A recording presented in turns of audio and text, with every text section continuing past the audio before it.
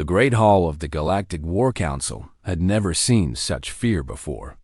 Commander Dexcar stood 8 feet tall, his 4 powerful arms crossed over his chest plate.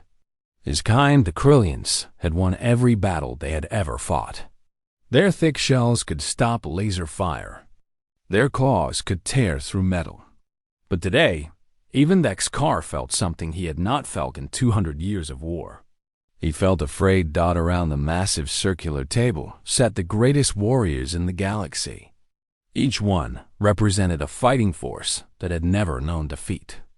Until now. To his left sat Master Zenthak of the Zentari Battle Monks. The tall, blue-skinned alien's large eyes glowed softly as his mind touched the thoughts of others in the room. His people could see the future in battle. They knew what an enemy would do before the enemy knew it themselves. Their meditation techniques made them calm in any fight. They had trained for 1,000 years to reach perfect peace in war. Across from him, General Korvex of the Gorvek Heavy Assault Corps shifted his massive form. His people were made of living rock and metal.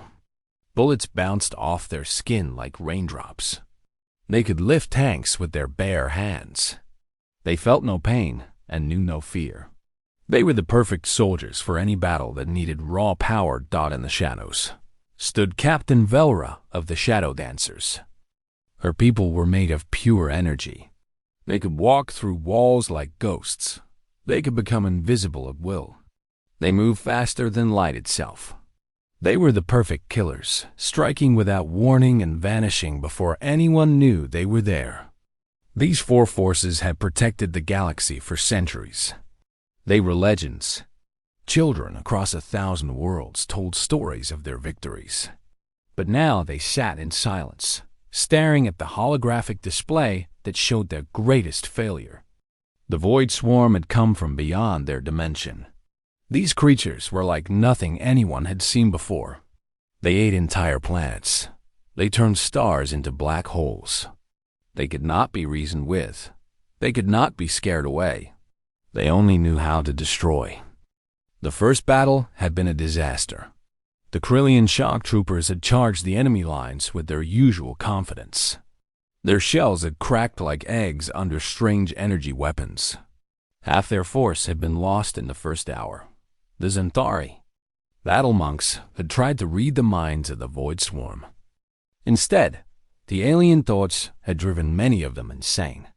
Those who survived spoke of minds filled with endless hunger and darkness beyond understanding. The Gorvek Heavy Assault Corps had lasted longer. Their rock-hard bodies had taken more punishment. But even they had been overwhelmed when the enemy had simply ignored their attacks and swarmed over them like angry insects. The Shadow Dancers had tried their stealth tactics. They had discovered that the Void Swarm could see through all their tricks. Worse, the creatures seemed to exist in many dimensions at once. There was nowhere to hide from them. "We need new tactics," Dexcar said, his voice rumbling through the hall. "Everything we know about war has failed us." "The old ways are not working," agreed Master Zendak. His mental voice reached everyone in the room. "We must find a new path, or all will be lost." General Korvex slammed his rocky fist on the table. "We are the strongest warriors in the galaxy. There must be a way to fight them." "Strength alone is not enough," whispered Captain Velra from the shadows. "We need something different. Something we have never tried before." Dexcar looked around the room at his fellow commanders. They had fought side by side for decades. They trusted each other with their lives. But now they were out of ideas. Every battle plan they made seemed weak compared to the enemy they faced. A small datapad on the table caught his attention. It was marked with the seal of the Galactic Survey Corps. These were the scientists who explored new worlds and cataloged new species. Dexcar picked it up with one of his 4 hands. "What is this?" he asked. An aide stepped forward nervously. "Sir, it is a report on a newly discovered species. We thought it might interest you." "A new species?" General Corvex laughed, but there was no humor in it. What could some primitive aliens teach us about war?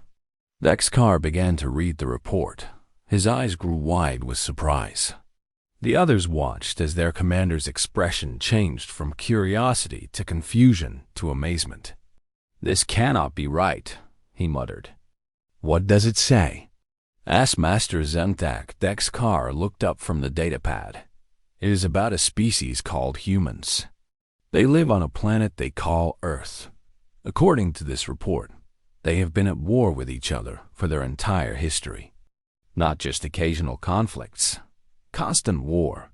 For thousands of years. That is not unusual," said Captain Velra. "Many species fight among themselves." "Yes, but look at this." Dexcar continued reading. "They have no natural armor. No claws or fangs. No telepathic abilities.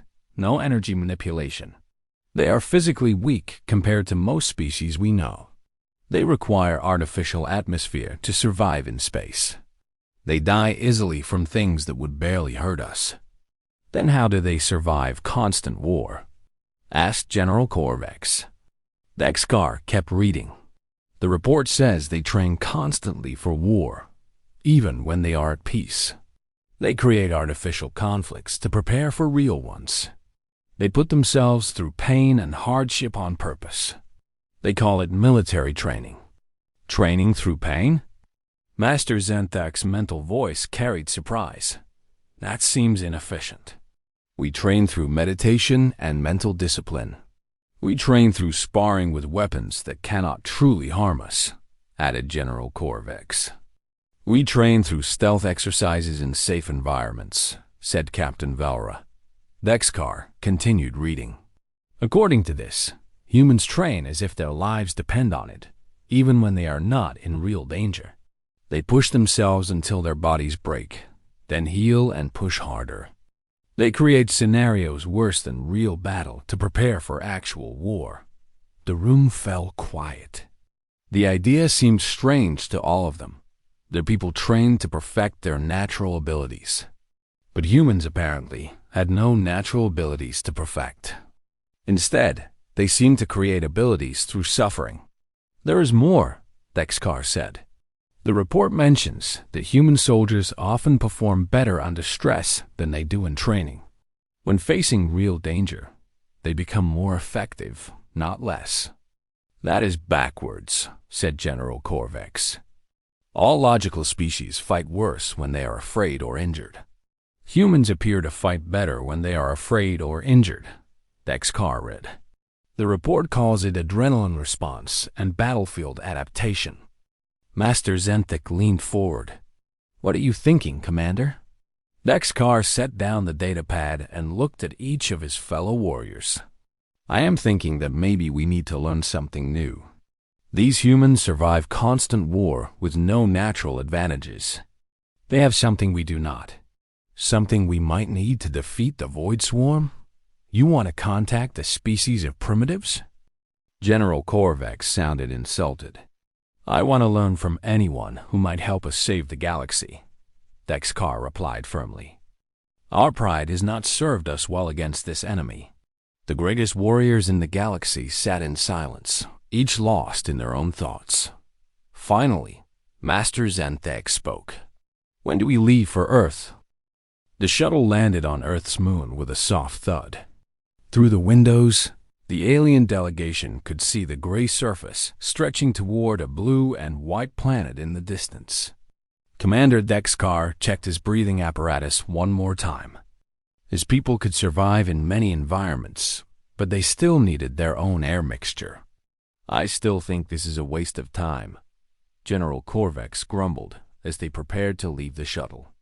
His rocky form barely fit through the doorway. "What can these soft creatures possibly teach us?" Master Zenthak said nothing, but his glowing eyes showed his own doubts. He had tried to read human minds from orbit, but their thoughts were chaotic and strange. Not the calm, organized patterns he was used to from civilized species. "Captain." Velra flickered in and out of visibility as her energy form shifted. "The readings I'm getting are confusing," she whispered. Their technology is primitive, but there are massive energy signatures coming from their training facilities. Dexcar led his team out of the shuttle and toward a large dome structure. According to their communications with Earth, this was the Lunar Military Academy. The humans had built it on their moon to train soldiers in low-gravity environments. The entrance was surprisingly small. It had clearly been built for creatures much shorter than the 8-foot Krillians. Dexcar had to duck as they walked through corridors, lined with strange symbols and writing. Their language is inefficient, observed Master Zenthak. So many words for simple concepts. Their construction is weak, added General Corvex, running a rocky finger along the metal walls. This would not survive a single blast from our weapons. They were led to a meeting room where a human female waited for them. She was tiny compared to the alien warriors, barely reaching Dexcar's chest even with his head lowered. Her skin was darker than the pale humans in the reports, and thin lines of old scars ran down both her arms. "Welcome to Earth's Lunar Military Academy," she said in a voice that somehow carried authority despite her small size. "I am General Sarah Chun, commanding officer of this facility." The aliens exchanged glances. This fragile creature was supposed to be a military leader? She looked like she would break if General Corvex accidentally touched her. "Thank you for agreeing to meet with us," Dexcar said formally. "We have come to learn about human military training methods." General Chun smiled, showing white teeth. "Excellent. I have arranged for you to observe our standard military exercises. I think you will find them interesting." "Standard exercises?" General Corvex could not hide his amusement. "What sort of training do you do with such small bodies?" "You will see," Chun replied calmly. "Follow me to the observation deck." She led them through more narrow corridors. Along the way, they passed groups of human soldiers. The aliens were amazed by how weak these creatures looked. They had no natural armor, no claws, no visible weapons. Their skin looked like it would tear easily. Their limbs seemed too thin to be useful in combat. "How do they even lift their weapons?" whispered Captain Volra. "Perhaps they use their minds," suggested Master Zenthak. But when he tried to sense mental energy from the passing humans, he found only determination and something else he could not identify. The observation deck overlooked several large training areas. Through the reinforced glass, they could see hundreds of human soldiers preparing for various exercises. Some were checking equipment that looked primitive compared to alien technology. Others were stretching their bodies in ways that seemed uncomfortable. "What you are about to see," General Chun explained, "represents basic conditioning exercises and routine stress testing for our soldiers. Nothing unusual by our standards. Basic conditioning?" Dexcar was curious despite himself. "Yes," Chun confirmed. "These soldiers have been training for about 6 months. They are still learning the fundamentals." General Corvex laughed. 6 months?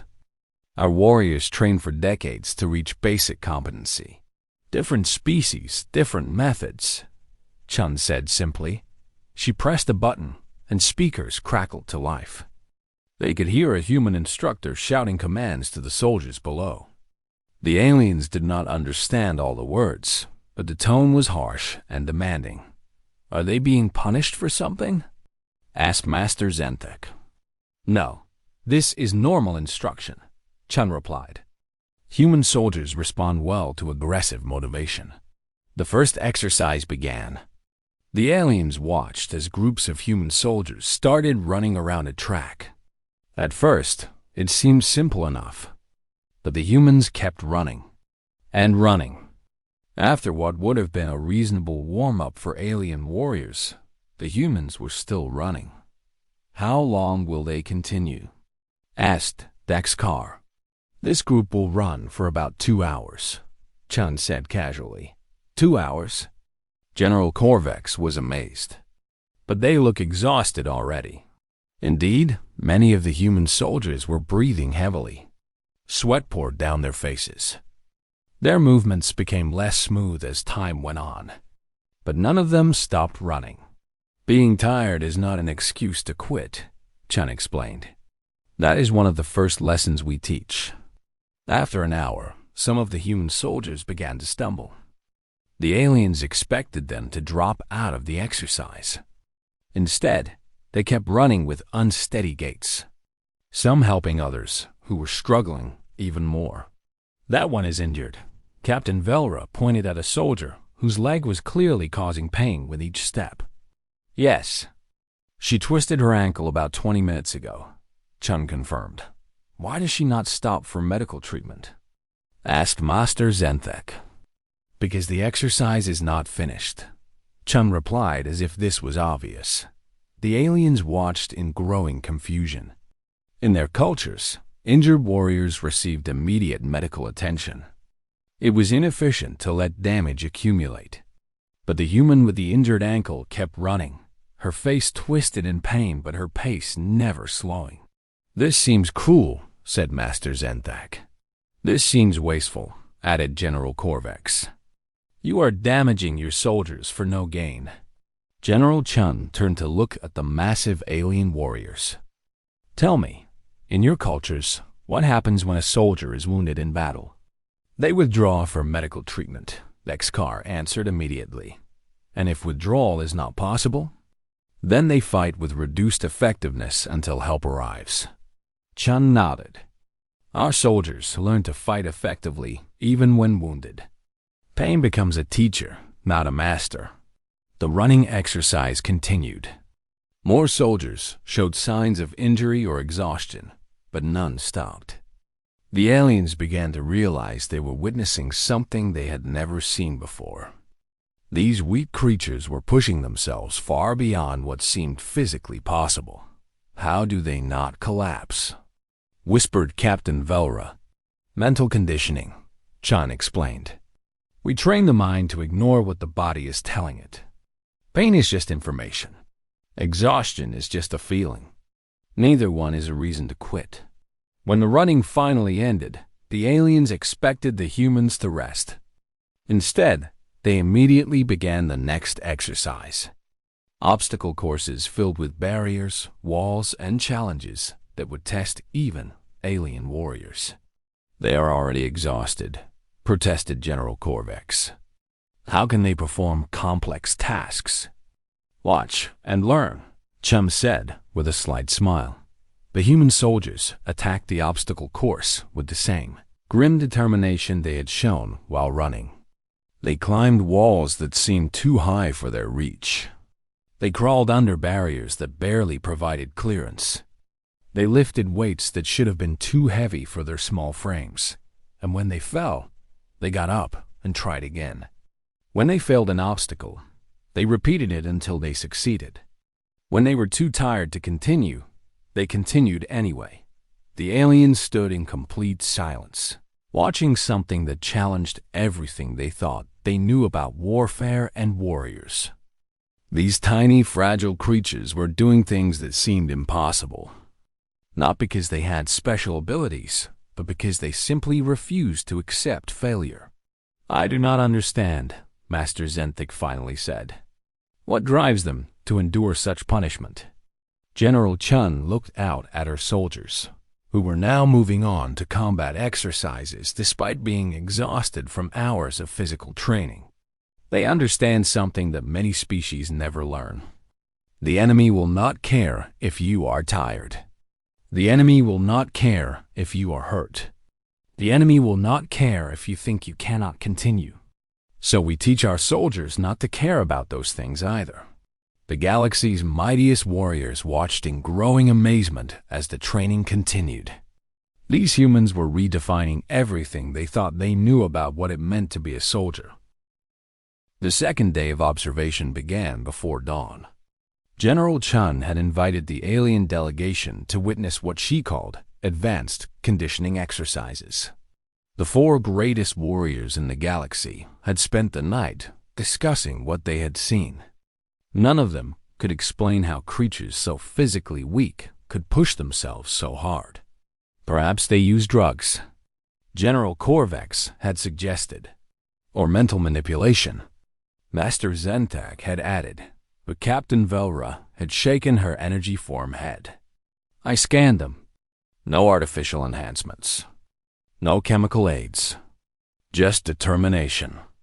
Now they stood on the observation deck again, watching as hundreds of human soldiers gathered in the pre-dawn darkness. These were not the same soldiers from yesterday. These were the advanced trainees, men and women who had been training for 2 years or more. What you will see today, General Chun explained, is Hell Week. It is the final test before our soldiers graduate to Special Forces. Hell Week? Vexcar translated the term with difficulty.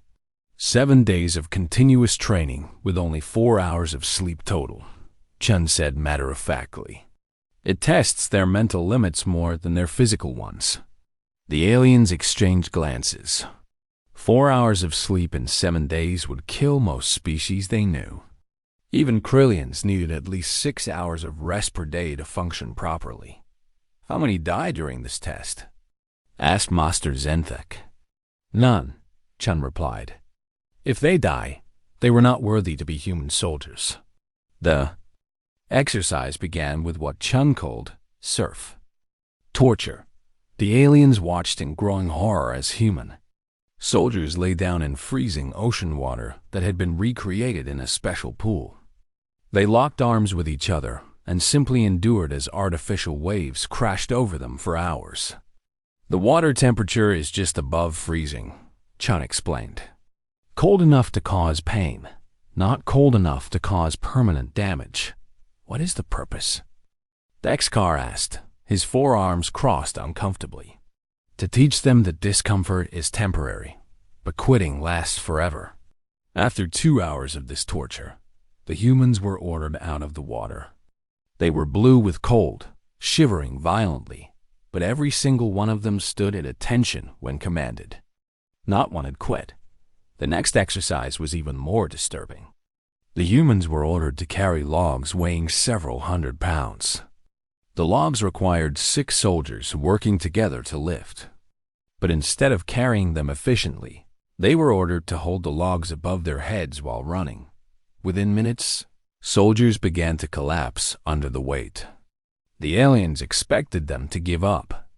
Instead, the fallen soldiers struggled back to their feet and rejoined their teams. When one team member fell, the others took his share of the weight. This is inefficient, General Korvax observed. They are causing unnecessary damage to themselves, are they? Chun asked. Watch what happens next. A human soldier fell hard, his leg twisting badly under the log's weight. The sound of bone breaking was clearly audible. The aliens expected medical teams to rush forward. Instead, the soldier used his teammates to pull himself upright, set his own broken bone with a piece of metal from his gear, and limped back to his position under the log. Master Zenthek's glowing eyes went wide. He should be in shock from the pain. He is, Chun confirmed. But he is also a human soldier. Pain is just information to him now. The day continued with increasingly brutal exercises. The humans crawled through mud onto live electrical wires. They climbed walls with their bare hands until their fingers bled. They fought hand-to-hand combat matches while exhausted and injured, but it was the mental exercises that truly silenced the alien observers. The humans were subjected to sensory deprivation chambers, locked in darkness and silence for hours while sleep-deprived and exhausted. They were forced to solve complex problems while instructors screamed abuse at them. They were put through psychological torture that would have broken most civilized species, and they endured it all without breaking. I do not understand, Captain Velra whispered, her energy form flickering with confusion. My people are trained to face through reality itself, but we would never willingly endure such torment. On the 3rd day of Hell Week, something extraordinary happened. The human soldiers had been without real sleep for over 60 hours. They stumbled when they walked. Some fell asleep standing up and were awakened by cold water. They should have been useless as fighting units. Instead, they began to demonstrate abilities that defied explanation. During a navigation exercise, a team of sleep-deprived humans performed better than they had when fresh. When their electronic equipment failed, they used the stars to find their way. When their maps were destroyed, they read the landscape like a book. When their communications broke down, they coordinated through hand signals. They seemed to improvise on the spot. How are they functioning? Master Zenthek asked in amazement. Their minds should be completely dysfunctional. General Chun smiled grimly. This is when we discover who has the warrior spirit and who does not. When everything else fails, the mind takes over. They enter what we call the zone, a state where the body runs on pure will. The aliens watched in stunned silence as exhausted, battered humans performed feats that should have been impossible. A soldier with a dislocated shoulder used it anyway, fighting through pain that would have incapacitated most species. A woman with a fever of 104 degrees led her team through a complex tactical exercise without missing a step. But the moment that truly broke the alien observers came on day 5. A human soldier named Martinez had been struggling for the entire week. He was smaller than most of his teammates, and his body was failing faster than the others. The aliens had been watching him stumble and fall repeatedly, always getting back up, always refusing to quit. On day 5, during a swimming exercise in rough artificial seas, Martinez began to drown. His exhausted body could no longer keep him afloat. Instead of calling for help or signaling surrender, he used his last strength to push a teammate who was also struggling towards safety as Martinez sank beneath the waves. His teammate reached him and pulled him to the surface. But instead of being grateful for the rescue, Martinez immediately turned to help another soldier who was struggling nearby. He nearly died, Dexkar said in amazement, and his first thought was to help someone else. That is what we call esprit de corps, Chun explained. The willingness to sacrifice everything for your teammates. It cannot be taught through lectures or manuals. It can only be forged through shared hardship. By day 6, less than half the original candidates remained in the exercise. But those who continued had been transformed into something the aliens had never seen before. They moved like ghosts, operating on no sleep and pure determination. They communicated through glances and gestures. They fought as one unified organism. They are no longer individuals, observed Captain Velra. No, Chun agreed. They are something more. They are brothers and sisters forged in fire. They will die for each other without question. The final day brought the ultimate test. The remaining humans were given an impossible mission: rescue hostages from a fortified position while outnumbered 10 to 1. Using only minimal equipment, while exhausted and injured, the aliens expected them to fail. The scenario was designed to be unwinnable. It was meant to teach the humans about accepting defeat gracefully. Instead, the humans did something that shocked even their instructors. They attacked, not with weapons or overwhelming force, but with pure, insane courage. They used tactics so unconventional that they bordered on madness. They turned their injuries into advantages, using fake blood to make enemies think they were more wounded than they were. They used their exhaustion as camouflage, moving so slowly that motion sensors ignored them. One team sacrificed themselves as a diversion, while another team achieved the impossible rescue. They succeeded not because they were stronger or smarter than their enemies, but because they simply refused to accept that success was impossible. When the exercise ended, the alien observers sat in complete silence. They had witnessed something that challenged everything they thought they knew about warfare, about courage, and about the nature of strength itself. Finally, Commander Dexkar found his voice. "General Chun," he said slowly, "how many of your candidates broke during this week?" Chun looked out at the exhausted, battered, but triumphant humans below. None, she said simply. If they broke, they were not human soldiers. General Kovacs, whose people were made of living stone, asked the question that was on everyone's mind. How many years does it take to create warriors like this? It does not take years, Chun replied. It takes the willingness to become something more than you were born to be. Some discover that willingness in weeks. Others never find it at all. The galaxy's mightiest warriors realized that they had been thinking about warfare all wrong. Strength was not about natural abilities or technological advantages. It was about the refusal to surrender, no matter what the cost. For the first time in their lives, they understood what it meant to be weak and choose to be strong anyway. The alien delegation sat in the Academy's briefing room, still trying to process what they had witnessed. General Chun had offered them human food and drink, but none of the visitors could focus on such simple things. Their minds were reeling from concepts that challenged everything they thought they knew about warfare. I need to understand, Commander Dexkar said finally. My people have natural armor that can stop plasma bolts. We have 4 arms and enhanced strength. We have been bred for war for thousands of generations. But your soldiers, who have none of these advantages, perform feats that even my warriors would struggle with. How is this possible? General Chun leaned back in her chair, studying the massive alien commander. You are asking the wrong question, she said quietly. What do you mean? Asked Master Zenthek. You are focused on what your people have. Natural armor, multiple arms, telepathic abilities, energy forms that can phase through matter. These are all gifts. But gifts make you dependent on them. When you rely on natural advantages, you never learn to push beyond your limits. Captain Velra flickered into visibility. Are you saying that having abilities makes us weaker? Not weaker, Chun corrected.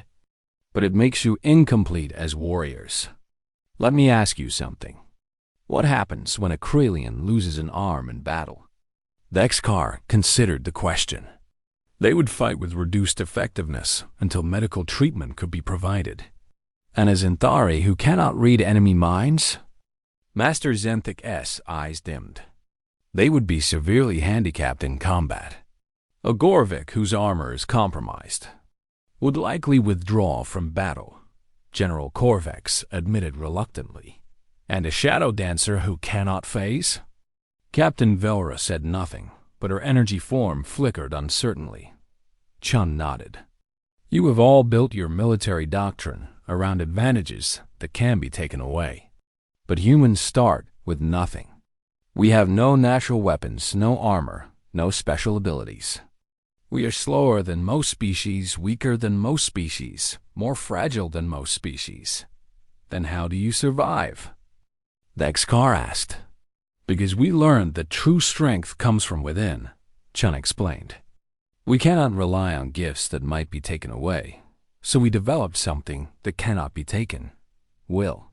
She stood and walked to a wall covered with photographs of human soldiers throughout history. Every human culture developed the same understanding independently. The Spartans of ancient Greece, the samurai of Japan, the Vikings of Northern Europe, the Mongol warriors of Asia, all different peoples, but they all discovered the same truth, which is, prompted Master Zenthek, that the mind is the ultimate weapon, and it can only be forged through suffering. General Korvax shifted his massive, rocky form. That seems inefficient. Why not simply build better weapons or stronger armor? Chun smiled. Because weapons can be destroyed and armor can be penetrated. But a warrior's spirit, properly forged, becomes unbreakable. Let me tell you about our philosophy. She turned to face the alien delegation. First, we teach our soldiers that pain is not their enemy. Every other species I know of tries to avoid pain, minimize it, or eliminate it as quickly as possible. Humans do the opposite. We seek out pain because it teaches us lessons that comfort never can. What lessons? Asked Captain Velra. That our limits are illusions. That what we think will break us usually makes us stronger. That the difference between ordinary and extraordinary is simply the willingness to endure what others will not. Chun pulled up a holographic display showing human training exercises. Watch this carefully. This soldier is carrying a wounded teammate. The injured man weighs 200 pounds. The soldier carrying him weighs 150 pounds. Mathematically, this should be impossible for any significant distance. The aliens watched as the smaller human carried the larger one for miles across rough terrain. But he does it anyway, Chung continued, because he has learned that mathematical calculations do not account for human will. We teach our soldiers that the word impossible is just an opinion, not a fact. But surely there are real limits, protested Master Zenthuk. Of course there are. Humans die. We break. We have physical constraints like any species. But we have learned that most of the limits we think we have are actually just comfort zones. Breaking through comfort zones requires pain, so we make pain our teacher instead of our master. Chun moved to another display showing human soldiers in combat. Second principle, we embrace death instead of fearing it. Most species train to avoid death at all costs. This makes them predictable. They will always choose survival over victory when forced to choose. That seems logical, said General Corvex. Does it? Let me show you something. Chun displayed a historical battle scene. This is from one of our ancient battles. A force of 300 human soldiers faced an army of thousands. They knew they would die. They chose to fight anyway, not because they thought they could win, but because their deaths would serve a purpose. They committed suicide for no gain, Dexcar observed. Did they? Their sacrifice inspired their countrymen to fight harder. Their example became legend. Their deaths accomplished more than any victory could have. By accepting death, they became immortal. Chun paused to let this sink in. When you remove the fear of death from a warrior's calculations, they become capable of anything. They can make choices that terrify enemies who still cling to life above all else. That is madness, whispered Captain Velra. Is it? Your people have natural advantages, but you are still afraid to lose them. You fight to preserve yourselves.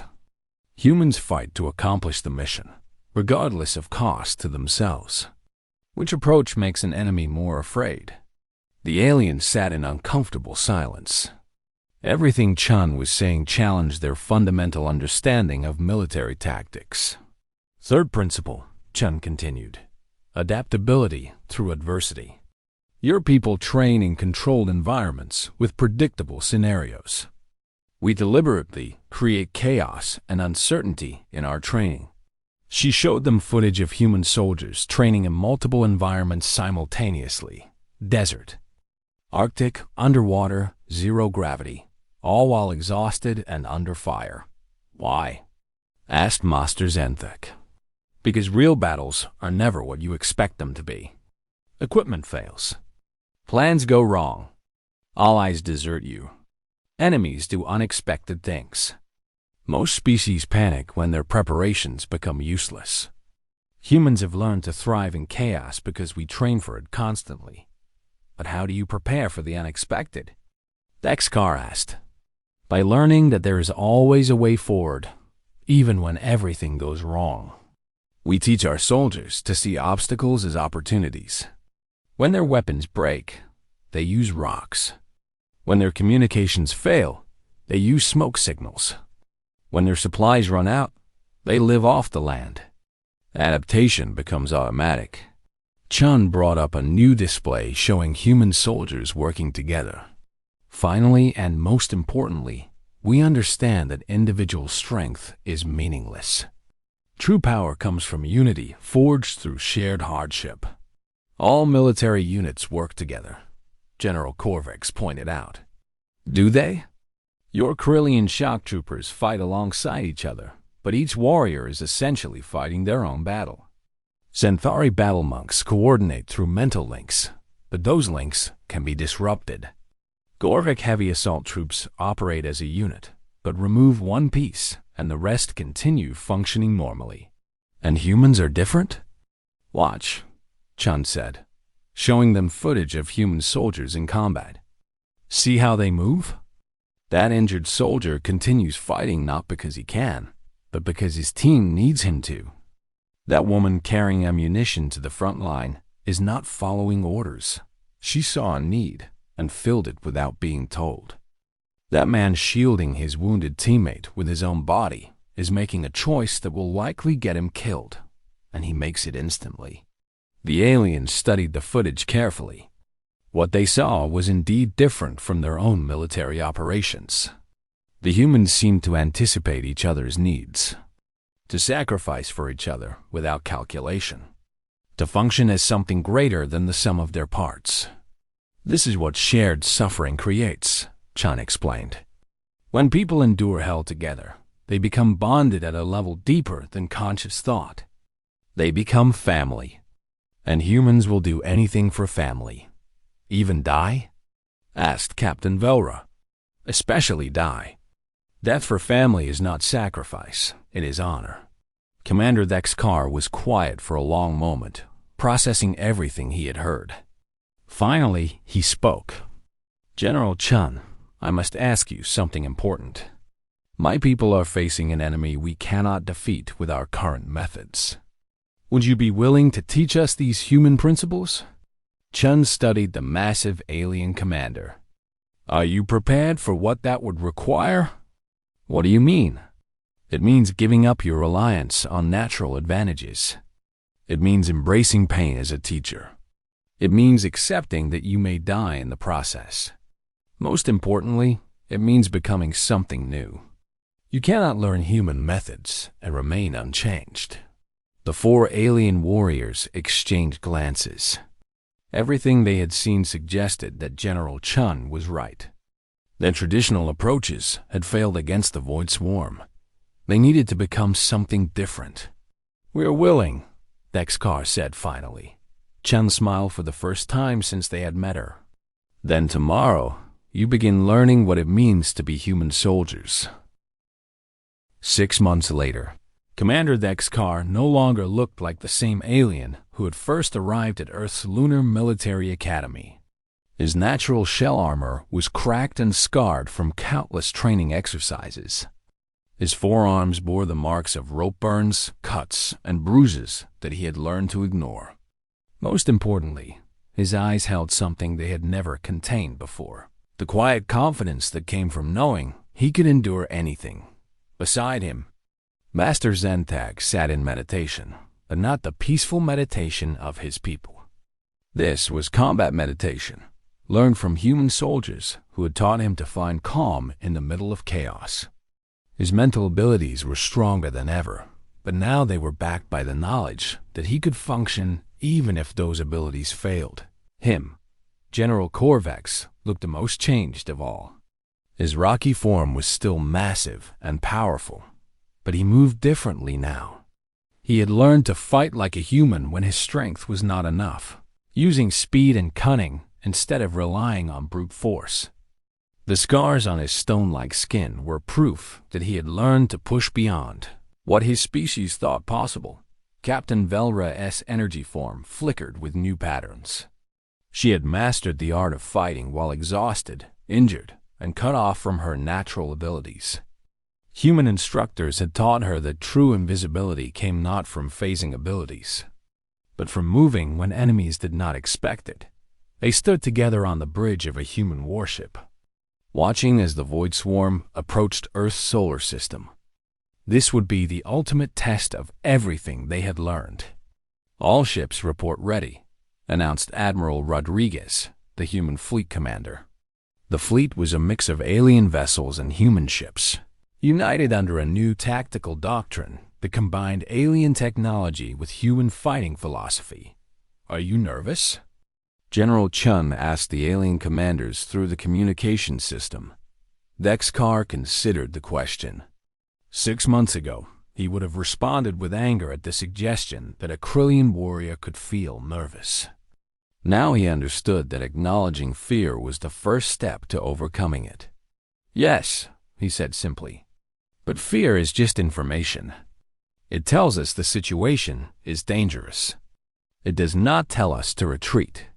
The void swarm emerged from dimensional rifts like a dark cloud of hunger and destruction. They moved in patterns that had destroyed every fleet that had faced them before. Traditional military doctrine would have tried to maintain formation, use superior firepower, and protect the flagship. Instead, Admiral Rodriguez gave an order that would have seemed insane to any civilized species. All ships, scatter formation. Engage at will. Remember, we are expendable. Earth is not. What followed was unlike any space battle in galactic history. The human ships attacked with reckless courage, diving straight into the enemy formation. When their weapons were destroyed, they used their ships as rams. When their life support failed, crews continued fighting in vacuum suits. When all hope seemed lost, they activated self-destruct, systems that take enemies with them. But it was the alien ships that truly amazed everyone watching. Dexcar's Krillian vessel had lost its main weapons in the first exchange of fire. Instead of withdrawing, his crew did something no Krillian unit had ever done before. They continued the attack using backup systems and improvised weapons. When those failed, they rammed enemy vessels while broadcasting messages of defiance. "Master, Xanth's ship found itself cut off from the main fleet." Surrounded by void swarm units that were immune to telepathic scanning. Instead of being helpless, Xanthek and his crew adapted. They used human-taught tactics, reading enemy movements through observation and experience instead of mental powers. They fought with pure intuition when technology failed them. General Korvax proved that even Livingstone could learn new tricks. His massive assault ship was designed for direct confrontation, but he used it like a dancer, striking from unexpected angles and withdrawing before the enemy could respond. He had learned from humans that strength without strategy was just wasted. Energy. Captain Velre's ship demonstrated the ultimate fusion of alien abilities and human philosophy. She phased in and out of reality, but not according to any predictable pattern. She moved like a ghost, guided by human unpredictability, striking where enemies least expected it. The battle raged for 18 hours. Ships on both sides were destroyed in numbers that should have broken any fleet's morale. But something unprecedented happened. Instead of becoming demoralized, the combined fleet grew stronger as the fight continued. Human crews took over alien vessels when their own ships were destroyed. Alien warriors fought hand-to-hand in human ship corridors when boarding actions began. Species that had never worked together were coordinating like they had trained. Together for years. The turning point came when a massive Void Swarm command vessel broke through the fleet's perimeter and headed directly for Earth. Traditional tactics would have required a organized response with heavy ships designed for such encounters. Those ships were either destroyed or too far away. Instead, a small group of damaged vessels, led by Dexcar's crippled cruiser, launched a suicide attack on the command ship. "This is insane," transmitted the Void Swarm entity, speaking in mechanical tones that revealed their confusion. "You cannot succeed. Surrender and preserve your existence." Dexcar's response was broadcast across the entire fleet. "We are human soldiers now. We do not surrender." What followed was the most unlikely victory in galactic military history. The small force of damaged ships, crewed by aliens who had learned to think like humans, accomplished the impossible. They destroyed the command vessel through pure determination, sacrificial tactics, and the kind of cooperative courage that could only be forged through shared hardship. With their command structure broken, the Void Swarm began to retreat. For the first time since their arrival, The interdimensional invaders had been defeated in open battle. In the aftermath, as rescue operations began and casualties were counted, the survivors gathered on Earth's lunar academy. Many were wounded. All were exhausted. But they had won. "We lost 40% of our ships," reported Admiral Rodriguez. "And saved the galaxy," replied General Chun. Vexcar, his shell armor cracked and one arm in a sling, stood before the assembled crowd of mixed-species survivors. "We have learned something today that will change warfare forever," he announced. "Technology is not enough. Natural advantages are not enough. Only the warrior spirit can achieve the impossible." Master Zenthuk, his robes torn and his mental abilities still recovering from the psychic backlash of the battle, added his thoughts. "We came to Earth thinking we were the galaxy's greatest warriors. We were wrong. We were just beings with natural gifts. Today, we became actual warriors." General Korvax, his rocky form bearing new scars from hand-to-hand combat in space, spoke for many when he said, "Human training did not make us stronger. It made us refuse to accept that we could be weak." Captain Velra, her energy form more stable than it had been in decades, flickered into full visibility. "We thought pain was the enemy. Humans taught us that pain is the forge where warriors are made." In the weeks that followed, the victory at Earth became legendary. But more importantly, it became the foundation for a new approach to galactic defense. The human military academy on Luna was expanded into the Galactic Warrior Training Center. Representatives from hundreds of species came to learn human methods. They came expecting to learn new weapons or tactics. Instead, they learned to transform themselves. The training was brutal. Many candidates from civilized species could not complete even basic exercises. But those who persevered discovered abilities they never knew they possessed. They learned that true strength came from the willingness to endure, to adapt, to sacrifice for something greater than themselves. Commander Vexcar, now bearing human-style scars along with his natural shell markings, was appointed as one of the Academy's senior instructors. His specialty became teaching species with natural advantages how to fight effectively when those advantages were removed. "Pain is temporary," he would tell new recruits, quoting human military philosophy. "Quitting lasts forever." Master Zenthak developed new meditation techniques that combine Zenthari mental discipline with human stress conditioning. His students learned to maintain focus even under extreme pressure, to find peace in chaos, and to trust their instincts when technology failed. General Korvax became the instructor for endurance training. His rock-hard physiology allowed him to demonstrate techniques that push students beyond their perceived limits. "Your body will quit," he would tell struggling recruits. "Your mind will quit. But your spirit, properly trained, never quits." Captain Velra taught advanced adaptation courses. Students learned to accomplish missions using broken equipment, incomplete information, and improvised tactics. "Humans taught me that there is always a way," she would explain. "You just have to be willing to find it."